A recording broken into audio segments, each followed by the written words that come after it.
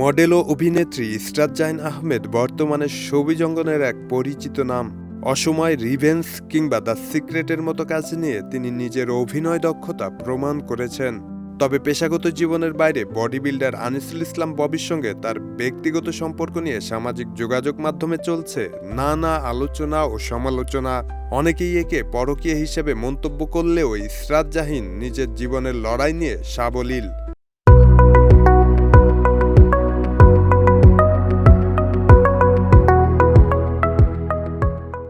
এক পডকাস্টে তিনি জানান, মায়ের মৃত্যুর পর তার পরিবারে বড় পরিবর্তন আসে।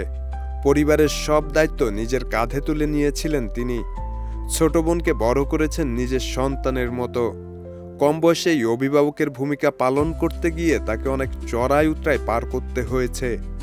তবে এই কঠিন পথ চলাই তাকে শক্তিশালী করেছে। জীবনসঙ্গী নির্বাচনেও তার দৃষ্টিভঙ্গি বেশ স্পষ্ট।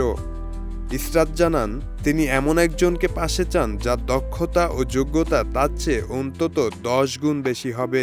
নিজেকে শক্তভাবে গড়ে তোলা এই অভিনেত্রী মনে করেন, তার জীবন সঙ্গীকে অবশ্যই সেই সম্মানের যোগ্য হতে হবে।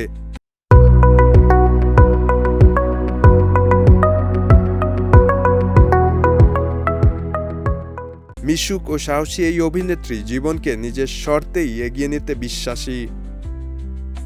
শব্দনীল, দেশ রূপান্তর।